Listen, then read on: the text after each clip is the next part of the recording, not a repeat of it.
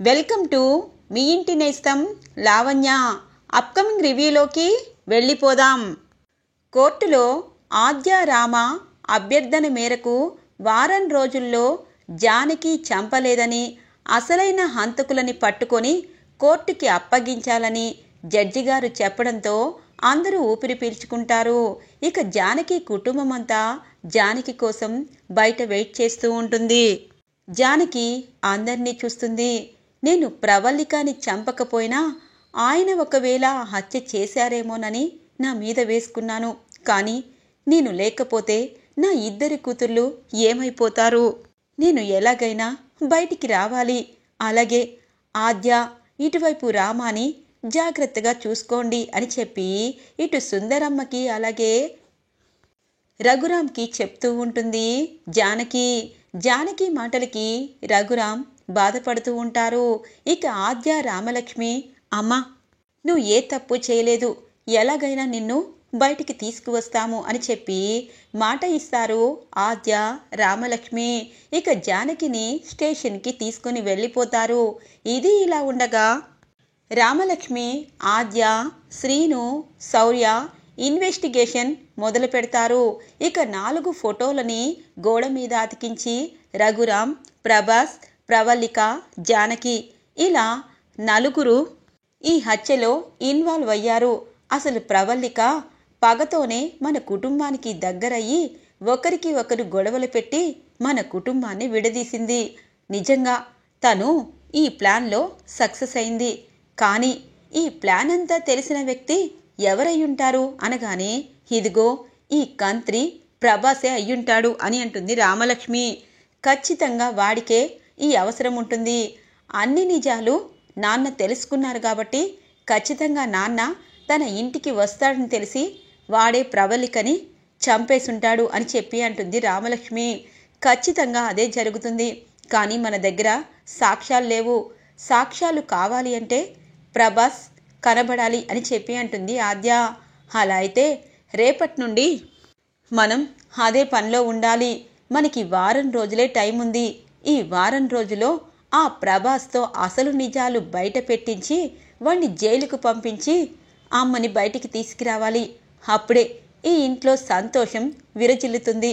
ఎందుకంటే నాన్న అమ్మ దూరంగా ఉన్నా వాళ్ళ మనసులు దగ్గరగా ఉన్నాయి. కానీ దేవుడు ఈ రూపంలో మళ్ళీ వాళ్ళని దూరం చేశాడు. అమ్మ నాన్నని కలపడం కోసం, అలాగే అమ్మ ఏ తప్పు చేయలేదని నిరూపించి బయటికి తీసుకురావాలి అని అంటుంది రామలక్ష్మి. మార్నింగ్ అవుతుంది. ప్రభాస్ ఒక హోటల్లో చాలా హ్యాపీగా రిలాక్స్ అవుతాడు. అమ్మయ్య, నిజం చెప్పాలంటే ఆ ప్రవల్లిక నేను అడిగినంత డబ్బు ఇచ్చింది. అలాగే తను కావలసిన పనులన్నీ చేయించుకుంది. కానీ ఆఖరి నిమిషంలో నన్నే చంపాలని చూసింది. కానీ నేనెందుకు ఊరుకుంటాను? ప్రవల్లిక ఈ ఊర్లో అడుగు పెట్టకముందు నేనే ఈ ఊర్లో అసలైన నిజాన్ని చూపించాను. అలాంటిది నన్నే చంపాలనుకుంటుందా?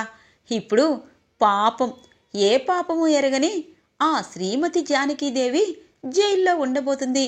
తన ఇద్దరి కూతుర్లు ఆ అమ్మ కోసం ఏడుస్తారు. ఇదంతా నాకు సంతోషకరమైంది అని చెప్పి అనుకుంటూ ఉంటాడు ప్రభాస్. నైట్ అవుతుంది. రామలక్ష్మి, ఆద్య, శ్రీను, శౌర్య ఒక ప్లాన్ వేసుకుంటారు. ఖచ్చితంగా ఈ ప్లాన్ అనేది సక్సెస్ అవుతుంది. కన్నంలో ఉన్న ఆ ప్రభాకర్ బయటికి వస్తాడు అని అంటుంది ఆద్య. పద అని చెప్పి ఇక 4 ప్రవల్లిక ఇంటికి బయలుదేరుతారు. చీకటిగా ఉంటుంది. రామా, ఈ తెల్ల చీరలో అచ్చం ప్రవల్లికలాగే మాట్లాడాలి. నీకొకసారి తన మాట తీరు తెలుసు కదా అని అంటుంది ఆద్య. తప్పకుండా ఆద్య, నేను ప్రవల్లికలాగే నటిస్తాను అని అంటుంది ఆద్య. ఇంతలో శ్రీను, శౌర్య ఇద్దరు నిజంగా ప్రవల్లికవో కాదో తెలియదు కానీ ఈ తెల్ల చీరలో దెయ్యంలా ఉన్నావు అని అంటారు. బావా, ఇప్పుడు జోకులు అవసరమా? ఇంట్లో ఎవరున్నారో తొంగి చూడు అని అంటుంది రామలక్ష్మి. తొంగి చూస్తాడు. అదే ప్రవల్లిక తోక బాపూజీ ఉన్నాడు. పాపం ప్రవల్లిక ఫోటో దగ్గర బాధపడుతున్నట్టున్నాడు అనగానే, అలా అయితే వాడు ఈ హత్యకి సంబంధం లేదు. వాడే మనం ఇప్పుడు ఉపయోగించుకునే ఆయుధం అని అంటుంది ఆద్య. సరే సరే, వాడు ఏదో మాట్లాడుతున్నాడు ఫోటోతో, మనం అది విన్నాక వాణ్ణి బ్లాక్మెయిల్ ఎమోషనల్ చేసేయాలి అనగానే, బ్లాక్మెయిల్ కాదు, ఎమోషనల్ ఫుల్ని చేయాలి అని అంటుంది ఆద్య. సరే సరే అని చెప్పి ఇక బాపూజీ ప్రవల్లిక ఫోటో దగ్గరికి వచ్చి, అక్క, నువ్వు ఉన్నప్పుడు ఇల్లు ఎంత కలకల్లాడేది. నువ్వు టీవీగా తిరుగుతూ ఆ రఘురామ్ని చంపుతాను, పొడుస్తాను, వాళ్ళ కుటుంబాన్ని నాశనం చేస్తానని చెప్పి అంటూ ఉండేదానివి. కానీ నువ్వే వాళ్ళ కుటుంబానికి బలైపోయావు. ఇలా చచ్చిపోతావని కల్లో కూడా అనుకోలేదు. నాకు ఎన్నో డబ్బులు ఇచ్చేదానివి. కానీ ఇప్పుడు నువ్వు చచ్చిపోయి నన్ను ఒంటరి చేసేసావక్క అని చెప్పి బాధపడుతూ ఉంటాడు ఇటువైపు బాపూజీ. ఇంతలో పెద్ద గాలి వస్తుంది. ఇక గాలికి కర్టన్స్ అన్నీ ఊగుతూ ఉంటాయి. ఇదేంటి ఇప్పటికిప్పుడు గాలివాన వస్తుంది అని చెప్పి వెనక్కి తిరుగుతాడు బాపూజీ. అక్కడ రామలక్ష్మి తెల్ల చీరలో కనిపిస్తుంది. ఒక్కసారిగా దడుచుకుంటాడు. ఎవరు నువ్వు అని చెప్పి ఇక అంటూ ఉండగానే కరెంటు తీసేస్తాడు శ్రీను. అమ్మో, ఎవరు? నిజంగా అక్కే దెయ్యమయ్యి నన్ను భయపెడుతుందా? అక్క దెయ్యం అవడం కాదు, నన్ను భయపడ్డం కాదు, అక్కని నేను చంపలేదు కదా అని చెప్పి, అక్క నన్ను క్షమించు, నిజంగా నేను ఆ రోజు ఇంట్లో ఉంటే నువ్వు బ్రతికేదానివి అని చెప్పి అంటూ ఉంటాడు. ఒక్కసారిగా లైటు వేస్తారు ఇక శ్రీను. ఇక లైటు వెలుగులో తెల్లని చీరలో రామలక్ష్మి కనబడుతుంది. దగ్గరగా వచ్చి చూస్తూ భయపడుతూ, నువ్వా రామలక్ష్మి, ఇదేంటి ఇలా ఉన్నావు అనగానే, ఒరేయ్, నీకు వేళాకోలంగా ఉందా? నేనెవరు అన్నది నీకు తెలియటం లేదా అని అంటుంది రామలక్ష్మి. నువ్వు రామలక్ష్మివే, తెల్లచీర కట్టుకున్నంత మాత్రాన దెయ్యాన్ని ఎలా అవుతావు అని అంటారు బాపూజీ. నేను దెయ్యాన్ని కాదు కానీ నేను ప్రవల్లికని. రామలక్ష్మి ఆత్మలో నా ఆత్మ ఉంది అనగానే, అవునా అక్క, నువ్వా? నేను నమ్మను అనగానే, సరేరా, నీ చేతి రుమాలు ఒకసారి పట్టు అనగానే, ఎందుకక్క? ఎందుకు రామలక్ష్మి? నేను మా అక్క దగ్గరే చేయి చేస్తాను, ఇంకెవరి దగ్గర చేయి చాపను అని అంటారు బాపూజీ. ఒక్కసారి ఆ చేతి కర్చీపు పెట్టరా అని అంటుంది. ఇక దాని నిండా డబ్బులు వేస్తుంది. నువ్వు మా అక్కవే, మా ప్రవల్లిక అక్కవే. అక్క అక్క ఎక్కడికి వెళ్ళిపోయావు? నిన్నెవరు చంపారు అని చెప్పి అంటూ ఉంటాడు బాపూజీ. ఒరే బాపూజీ, నా పగ తీరలేదు, కానీ నన్ను చంపేశారు. ఒకటి మాత్రం నిజం, నన్ను చంపింది ఆ జానకి అనుకున్నావా అనగానే, మరి ఆ జానకినే ఒప్పుకుంది కదక్క. నిజంగా తనని నాశనం చేయాలనుకుంటే తన చేతిలోనే నువ్వు చచ్చిపోయావు అని అంటారు బాపూజీ. లేదు, తను చంపలేదు, తను నన్ను కాపాడాలనుకుంది, కానీ ఈలోపే నా ప్రాణాలు పోయాయి అని అంటుంది ప్రవల్లికలో ఉన్న రామలక్ష్మి. ఇంతలో అయితే రఘురామ్ గారు అయ్యుంటుంది కదా అని అంటారు. ఇంకా నువ్వు ఎక్కడ ఉన్నావురా? రఘురామ్ గారు, జానకి గారు ఇద్దరు దేవుళ్ళు. నాకు ఇప్పుడు తెలిసింది, చచ్చిపోతే గాని వాళ్ళ నిజస్వరూపం, వాళ్ళ మంచితనం తెలిసింది అనగానే, మరి ఎవరు అని అంటారు ఇటువైపు బాపూజీ. ఇంకెవరు? ఆ ప్రభాస్ గాడే నన్ను చంపేశాడు. వాడు తప్పులన్నీ రఘురామ్ దగ్గర ఒప్పుకున్నానని నాకు వచ్చి చెప్పి, ఇప్పుడేమో వాడు నన్ను చంపేసి ఎక్కడో దాక్కున్నాడు. అమాయకురాలైన దేవత లాంటి జానకి జైల్లో ఉంది అని చెప్పి అంటుంది. అక్క, ఆత్మలో నువ్వు అన్ని నిజాలు చెప్పావు. ఇప్పుడు వాళ్ళంటే ప్రేమ పెరిగింది. వాణ్ణి నేను వదలనక్కా, వదలను. వాడెక్కడున్నాడు అని చెప్పి అనగానే, ఫోన్ చేయరా, ఫోన్ చెయ్యి అని చెప్పి స్పృహ కోల్పోతుంది రామలక్ష్మి. ఇంతలో శ్రీను, ఆద్య, ఇటువైపు శౌర్య పరుగును లోపలికి వస్తారు. మీరేంటి ఇక్కడ అనగానే, రామలక్ష్మికి ఏదో పూన్నట్టు ఈ ఇంటి వైపు వచ్చింది, అందుకే వచ్చాము అని అంటుంది ఆద్య. ఇక బాపూజీ అనుకుంటాడు, ప్రవల్లిక అక్కే పాపం రామలక్ష్మి నోటి నుండి నిజాలు రప్పించింది. ఒరే ప్రభాస్, మా అక్కని చంపి నన్ను అనాథని చేసి ఇప్పుడు సంతోషంగా ఎక్కడో ఉంటావా అని చెప్పి అనుకుంటారు. ఏంటి మా రామ ఇక్కడికి వచ్చి ఏం మాట్లాడింది? మీ ప్రవల్లిక చచ్చిపోయాక మా కుటుంబమే నాశనమైంది అని అంటుంది ఆద్య. అయ్యో, రామలక్ష్మికి మా ప్రవల్లిక అక్క పూని అసలు నిజం చెప్పింది. నిజంగా మా ప్రవల్లిక అక్కని చంపింది ప్రభాస్ అంట. నిజంగా ప్రభాస్ అయ్యుంటాడా అని అంటారు ఇక బాపూజీ. వాడికి ఫోన్ చేయి, వాడు భయపడ్డానికి వాడే అని చెప్పి అంటాడు శ్రీను. ఇక ప్రభాస్కి ఫోన్ చేస్తాడు ఇటువైపు బాపూజీ. బాపూజీ ఫోన్ చేయంగానే వణికిపోతూ ఉంటాడు ప్రభాస్. ఏంటి, ఎక్కడ దాక్కున్నావు? అక్క చచ్చిపోయిందని తెలిసి కూడా ఇక్కడ లేకుండా ఎక్కడున్నావు ప్రభాస్ అని అంటారు. అది కాదు బాపూజీ, నాకు చిన్న అనగానే, ఒరేయ్ అబద్ధాలాడకు, అక్కని చంపింది నువ్వే కదా అనగానే, నేను కాదు కాదు అని అంటారు. నువ్వే చంపావు, నాకు క్లియర్గా తెలుసు. ముందు నువ్వు ఇంటికి వస్తే అన్ని నిజాలు తెలుస్తాయి అనగానే, ఇంటికి రావాలంటే నాకు భయంగా ఉంది అనగానే, మరి నువ్వు చంపలేదంటున్నావు, ఎందుకు భయపడుతున్నావు అనగానే, మరేం చేయను, తను చనిపోతే నా మీద ఎవరైనా నెట్టేస్తారు కదా అనగానే, లేదు జానకి చంపిందని ఒప్పుకుంది కదా, అలాంటప్పుడు నువ్వెందుకు భయపడుతున్నావు అని అంటారు. సరే నేను వస్తాను కానీ అనగానే, చూడు ఒకటి చెప్తాను విను, ప్రవల్లిక అక్క చచ్చిపోయింది. తనకున్న ఆస్తి పేపర్లు, బంగారం, వెండి, డబ్బు అదంతా బీరువాలో ఉంది. మన ఇద్దరం ఆ డబ్బుని తీసుకొని చెక్కేద్దాము అని అంటారు. అవునా, సరే అలా అయితే వచ్చేస్తాను, రేపు పొద్దున్నే వస్తాను. ఆ డబ్బులన్నీ తీసుకొని పరారైపోదాం, ఏదో ఒక మంచి స్టేట్లో సెటిల్ అయిపోదాము. ఇక మన మీద ఏ కేసు ఏ భయము ఉండదు అనగానే, ముందు నువ్వు వస్తే నాకు సహాయం చేసినట్టు అవుతుంది, లేకపోతే ప్రవల్లిక బంధువులందరూ వచ్చేస్తారు అని అంటారు బాపూజీ. రేపు పొద్దున్నే వస్తాను అని చెప్పి అంటూ ఉంటాడు ప్రభాస్. ఇంతలో రామలక్ష్మి పైకి లేస్తుంది. ఎక్కడున్న నాద్య అనగానే, ఇదిగో ప్రవల్లిక ఇంట్లో ఉన్నావు అని చెప్పి అంటూ ఉండగానే ఇక రఘురాం ఫోటోలన్నీ చూస్తూ ఉంటుంది ఆద్య.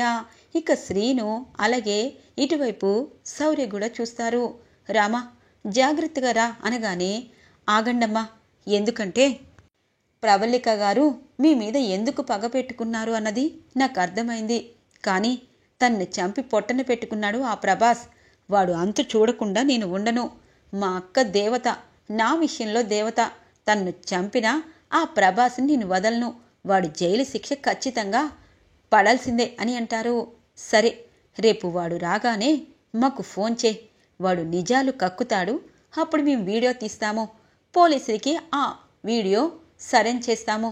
అప్పుడు మీ ప్రవల్లిక ఆస్తి మొత్తం నీదే అవుతుంది. ఎందుకంటే నిన్నే నమ్మిన ప్రవల్లిక నువ్వు సొంత అక్క కంటే ఎక్కువగా చూసుకున్నావు కాబట్టి ఆ ఆస్తి నీదే అవుతుంది అని అంటుంది ఆద్య. ఆద్య, నాకు ఆస్తులు అవసరం లేదు, మా అక్క ఉంటే చాలనుకున్నాను. కానీ ఇప్పుడేమో అక్క డబ్బు ఆస్తి కూడా నాదే అవుతుంది. సంతోషపడాలో బాధపడాలో తెలీదు. కానీ స్వార్థానికి అక్క తన ప్రాణం మీదే తను తెచ్చుకుంది అని అంటారు. అందుకే మనిషి ప్రేమించచ్చు కానీ ప్రేమ వల్ల పగ పెంచుకోకూడదు. మా పెదనాన్న పెద్దమ్మపై పగ పెంచుకొని వేరే వాడి చేతిలో బలైపోయింది. కానీ ఇప్పుడు తను ఏం చేసినా బ్రతికి రాదు కదా అని అంటుంది ఆద్య. ఇక రామలక్ష్మి ఆద్య అందరూ కలిసి ఇంటికి బయలుదేరుతారు. ఒరే ప్రభాస్, మా అక్కనే చంపుతావా? రేపు నీ నోటి నుండి నిజాలు రప్పించకుండా నేను ఉండను అని చెప్పి అనుకుంటారు బాపూజీ. తెల్లగా తెల్లవారుతుంది. ప్రభాస్ రాత్రికి రాత్రే ఇక ప్రవల్లిక ఇంటికి వస్తారు. ఇక చుట్టూ చూస్తారు. ప్రవల్లిక ఫోటో కనబడగానే వణికిపోతూ, ఇప్పుడేం చేయను, నా ప్రాణాలు తీయాలనుకున్నావు కాబట్టి నీ ప్రాణాలు తీసేశాను. ఇప్పుడు నీ ఆస్తి కూడా మేమిద్దరం వాటాలు వేసుకుంటాం. బాపూజీ బాపూజీ అని పిలుస్తాడు. ప్రభాస్ వచ్చావా? నాకు చాలా భయంగా ఉంది. అక్కని ఆ జానకి చంపింది, ఆస్తి మనదవుతుంది, తీసుకొని వెళ్ళిపోదాము అనగానే, సరే ఎక్కడ ఉంది డబ్బు బంగారం? ఏ రూమ్లో పెట్టింది ప్రవల్లిక అని అంటారు ప్రభాస్. ఇదిగో ఈ రూమ్లోనే. అయినా జానకి అక్కని చంపితే నువ్వెందుకు భయపడుతున్నావు? నువ్వేమైనా అక్కని చంపావా అని అంటారు బాపూజీ. అంటే ఇప్పుడు నిజం చెప్తే నువ్వు సంతోషంగానే ఫీల్ అవుతావు. నిజంగా ఈ ఆస్తి మనకి వచ్చింది అంటే ప్రవళిక చనిపోవడం వల్లే కదా అని అంటారు ప్రభాస్. అవును, ప్రవళిక పగతో మనిద్దరినీ వాడుకుంది. కానీ తను పగ బయట వాళ్ళకి తెలియకపోతే నన్ను చంపేయాలనుకుంది. అందుకే ప్రవళికని తన గన్నుతోనే తన్ని చంపేశాను. ఈలోపు జానకి రఘురామ్ వచ్చారు. వాళ్ళ మీద కేసు వెళ్ళిపోయింది. ఇప్పుడు చనిపోవడంలో మనం లాభం పడ్డాం. పాపం ఏ పాపం ఎరగని ఈ జానకి జైల్లో ఉండబోతుంది. రారా, నేను చంపినందుకు నువ్వు కూడా లాభపడతావు అనగానే బాబూజీ 2 చెంపలు పగలగొడతాడు ప్రభాస్వి. ఇక ఆద్య, శ్రీను, రామలక్ష్మి వీడియో తీసుకుంటారు. ఇది అసలైన కథ కదా. ఒరే ప్రభాస్, నువ్వు మనిషివేనా? ప్రవళికని చంపేసి మా పెద్దమ్మ మీద నెట్టేస్తావా? ఇప్పుడు చూడ్రా, ఊచలు లెక్క పెడుతూ అక్కడే జీవితాంతం బ్రతకాలి అని చెప్పి అంటుంది ఆద్య. నేను హత్య చేయలేదు అనగానే ఇక శ్రీను అలాగే శౌర్య ఇక ఇటువైపు ప్రభాస్ని పట్టుకొని పోలీస్ స్టేషన్కి తీసుకువెళ్తారు. తన దగ్గరున్న సాక్ష్యాలన్నీ కోర్టుకి సబ్మిట్ చేస్తుంది ఆద్య. కోర్టు స్టార్ట్ అవుతుంది. నిజంగా ఈ కేసులో చాలా విచిత్రాలు ఉన్నాయి అని చెప్పి అంటారు ఇక జడ్జి గారు. ఇటువైపు జానకి బోన్లో ఉంటుంది. కుటుంబ సభ్యులందరూ ఇక అందరూ ఎదురు చూస్తూ ఉంటారు. నిజంగా ఒక మనిషి తప్పు చేయకపోయినా తన భర్త తప్పు చేశాడేమో అని ఆ తప్పుని తన మీద వేసుకొని జైలుకు వెళ్ళింది శ్రీమతి జానకి. కానీ అసలైన హంతకుడు చాలా తెలివిగా జానకిని ఇరికించి ఎక్కడో తప్పించుకున్నారు. కానీ తన 2 కూతుళ్ళు అల్లుళ్ళు తెలివితేటలతో ఆ ఎలుకని బయటికి రప్పించి అసలైన హంతకుణ్ణి బోన్లో నిలబెట్టారు అని చెప్పి వీడియోని అందరికీ చూపిస్తూ ఇక జానకిని నిర్దోషిగా విడుదల చేస్తారు కోర్టు వారు. ఒక్కసారిగా రామలక్ష్మి అలాగే శౌర్య ఇటువైపు ఆద్య ఎగిరి గంతేస్తారు. పెద్దమ్మ అని చెప్పి కౌగిలించుకుంటారు. ఇక జానకి నిర్దోషిగా విడుదలవడంతో ఇటువైపు ప్రభాస్ని పోలీసులు జైల్లో వేసేస్తారు. ఇక జానకి అలాగే రఘురామ్ ఇటువైపు ఆద్య, శ్రీను అందరూ చాలా సంతోషంగా ఇంటికి బయలుదేరుతారు. పెద్దమ్మ, రేపు ఉగాది పండుగ.